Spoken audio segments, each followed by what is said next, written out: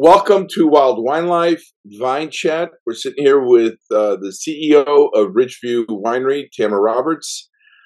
Now we get to go to some of the fun, geeky questions. What do you say is your favorite comfort food in sparkling wine combination? Comfort food and sparkling wine combination. That's a really interesting one. I mean, I think sparkling wine goes with so many things. One of the and a particularly British comfort food would be good old fish and chips, which is the sort of the greasy, very greasy but robust food, plus a beautiful glass of sparkling. I mean, that is an absolute tradition in terms of food matching.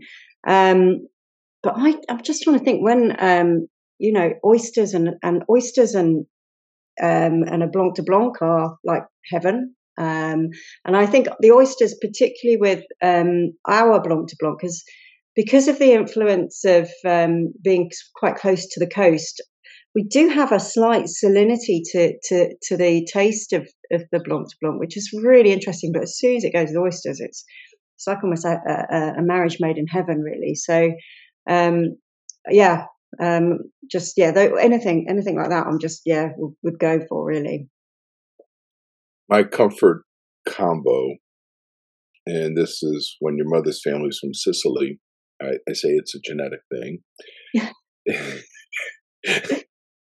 Is an anchovy onion pizza with a bottle of bubbles. Ooh. I like that. I like the sound of that.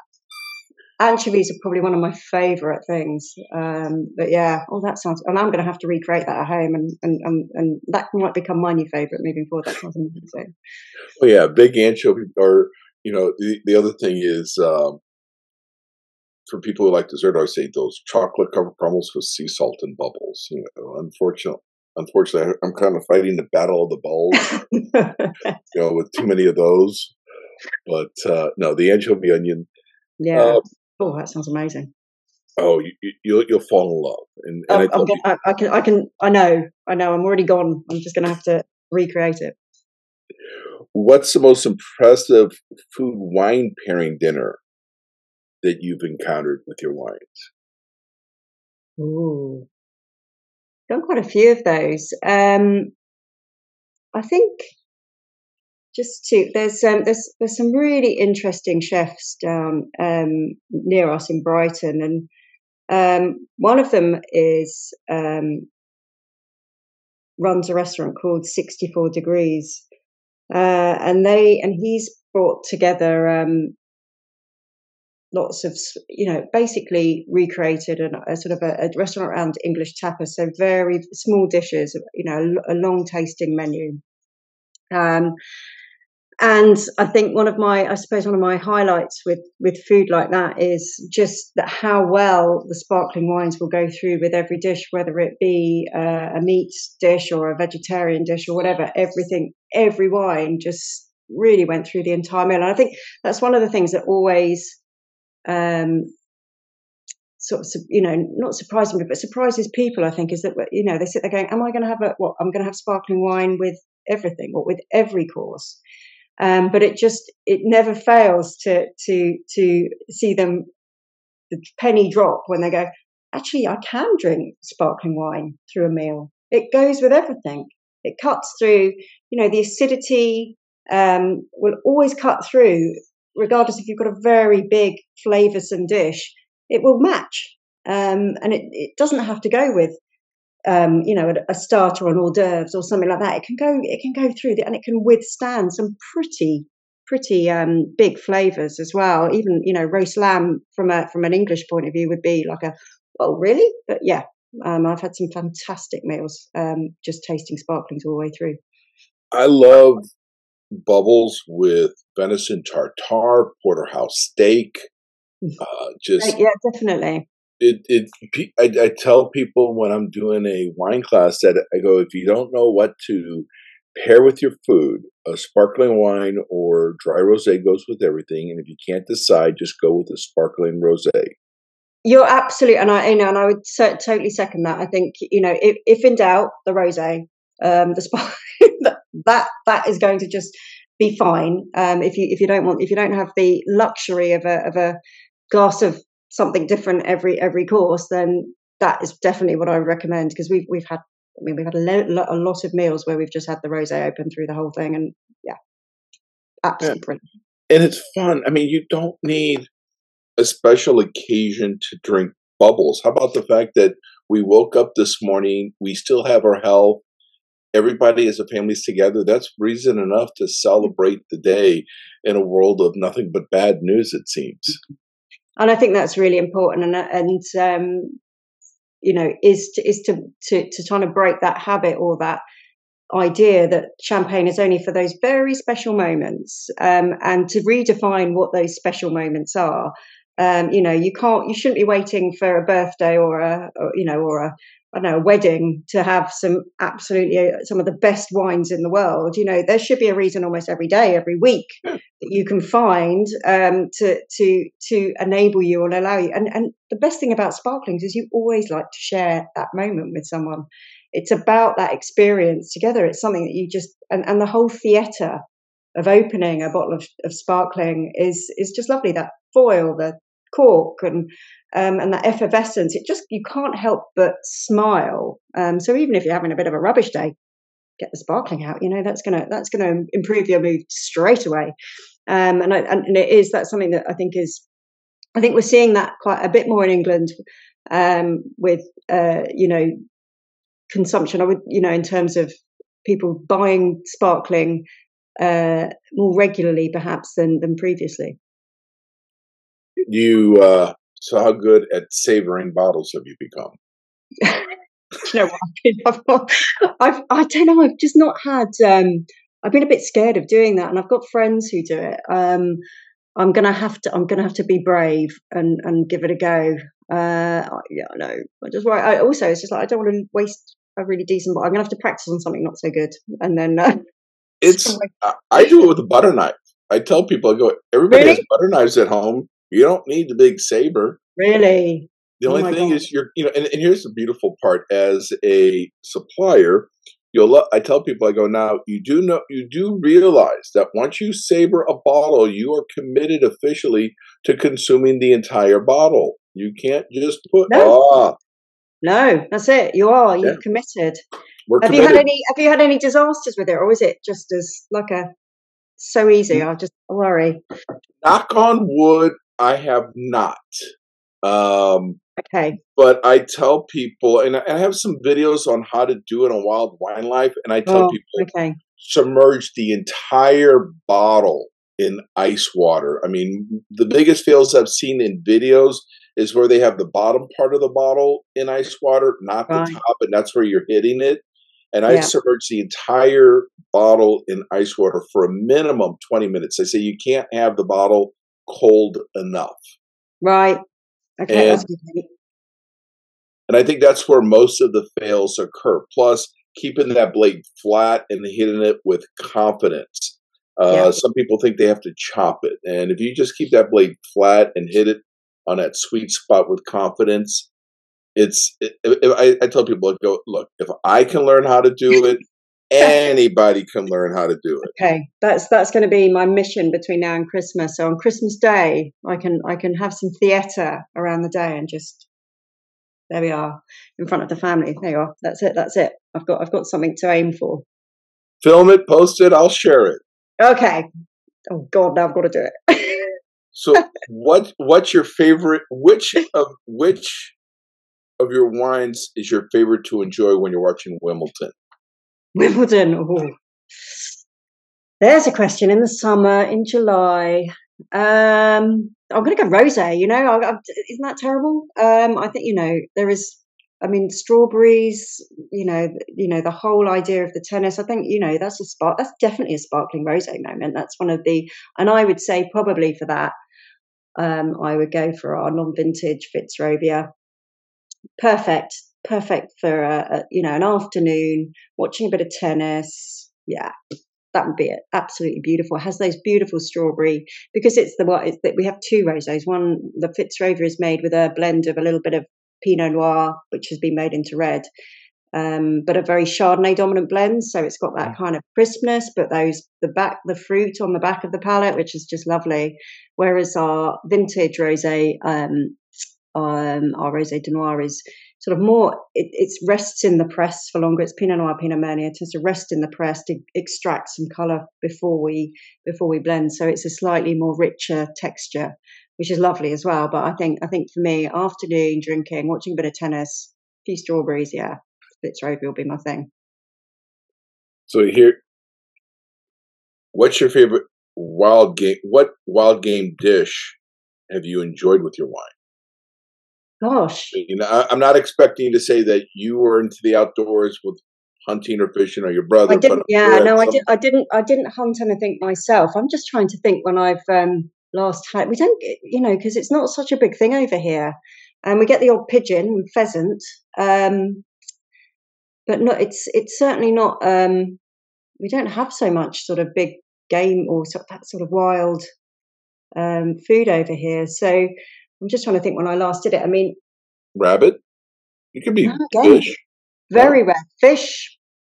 Quail. Quail. Yeah. Again, when did I last have some quail?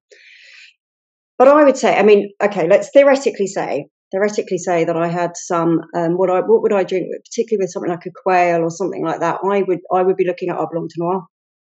I'll be looking at that rich texture, just the Pinots, just that sort of darker hue on the wine. It just gives that to me. That's where my palate is sitting with that. I think would just be ideal and perfect. So kind of bringing out the sort of the stronger gamey notes against quite a strong sparkling, but still with the acidity there. So you've kind of got that balance between the two. So yeah, that's where I think I'd be certainly gravitating towards on those sorts of dishes. Which wine would you pair with, like a piece of grilled venison, port wine demi-glace reduction sauce, and maybe wild mushrooms? Oh, wild mushrooms. Actually, that's a good point, because mushrooms have such an earthy, and I do love wild mushrooms and all of that together. Again, I mean, I'm thinking either my Blanc de Noir or my Rosé de Noir. Those are the two that I'm thinking here. They've got that rich texture as well, which would match really nicely with that. In fact, probably the Rosé de Noir with the reduction and the wild mushrooms, and having the Pinots on there, which have that kind of little bit of earthiness with them as well. Taking more gentle acidity because the Chardonnay's not in there. Yeah, that's me. That's where I am. Now, here's a question that I actually got somebody really mad at me about, and it generally stumps people. Now, this is the question, however, that I've really been looking forward to asking you, because you grew up watching this TV show. The Doctor, you can choose which Doctor. Oh, Doctor Who. Shows up in a Tardis. Okay. Okay, now, you get to do a vertical of any wine in addition to Ridgeview that you want. But the neat thing, when we do verticals, we're looking at different vintages, and the variable is how long it's aged in the bottle. With a time machine, we can have everything have the exact same amount of age and truly taste a vertical. Right, okay. So the question would be, what wine would you like to do? And would you have a favorite doctor to do it with? Oh. Right. So one of my, and it doesn't have to be a sparkling wine, I'm assuming. It can be any wine. It can be anything. I mean, come on. Anything. We could do anything. First growth Bordeaux, pre-phylloxera, post-phylloxera, with all the different, 45, 61, 1982, side by side, 100 different vintages, all with 15 years of age, with the Tom Baker Doctor, if we wanted. Do you know what? I mean, it would be Tom Baker, because obviously that is my genre of Doctor Who in terms of watching day in day out with his big scarf and his big hair, and so he's definitely sort of, when I think of Doctor Who, that's the Doctor Who I see. So it would definitely be with him, and I think he'd be quite fun to drink with as well. A little bit crazy, but good fun. But then all doctors are. Do you know what? I'm a bit of I really like my Austrian Grüne Veltliners. They're a wine that I really really enjoy, and I love the aging of them. In fact, they're a wine that's often underrated. And actually, one of the trips to New York, I went to the restaurant in which restaurant? I'm gonna have to try and remember. I'm terrible with things, but anyway, and this very sort of aged Grüne Veltliner was produced, and it was absolutely breathtaking. And I think that's what I would like to do, because it was, I suppose, sometimes when you just have that moment when you're introduced to something that you hadn't really come across before, and now I seek it out wherever I am. I'm like, oh, let's have a look at this one, let's have a look. So I think I would like to do that, but just because it's something that I've got a fondness for. I mean, you've got all the Bordeauxs and you've got the Burgundies, and I am a Burgundy Bordeaux fan as well, when I can afford it, as well as I do love Italian wines, and yeah, potentially that it would be close with Italians, but I think I'm going to stick with that. Yeah, my Grüne Veltliner is that's where I'd like to do a sort of a tasting, vintage. That would be fun. Yeah, that would be fun. And you actually you've been actually able to answer that question faster than, or more quickly, with better thought than anybody I've come across. A couple people said, I need to come back to you in a couple of days, or you didn't prepare me for that. No, I mean, it's I think it's certain things stick in my mind, and it's just one of those wines. I think and that's what I love about wine. I think particularly is that the wine itself is really important, but actually the time in which you're introduced to it, in the atmosphere and with the people that you're with when you're introduced to it, can sometimes be as important as the wine itself, and creates that relationship with the wine, and makes that fondness for it, if you see what I mean. And that's what I find fascinating about wine, actually. It's nice to see a kindred spirit across the pond. we have our wine in common, and we're separated by language. There we go.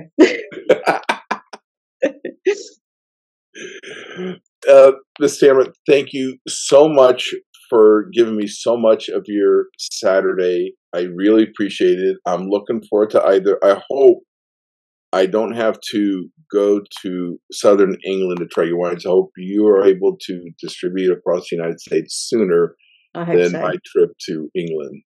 I hope so. So yeah, I really do. It's definitely a high priority for us, and yeah, hopefully we can maybe on Zoom cheers together at some point in the future, with you having a bottle there and me here, and that'd be lovely. And once again, they can go to your website if they're in England. They can visit you if any Americans are visiting Sussex, and have a tasting. And then they can order your wine in New York, correct? Is there? I believe so. Yeah, I think there's a little bit of distribution. I think also Texas, and over in California. But again, it's a little bit. We're sort of in a transitional period between distribution, as always. So we'll see where we end up. But I'm definitely. I mean, I'm hopeful we'll be well established in the next few years. Hey. Thank you so much. Have a wonderful, wonderful day. Thank you very much indeed. Thank you for joining us. And don't forget to like Ridgeview Wine Estates on Facebook, and give them a follow, as well as Wild Wine Life, and share us both with your friends.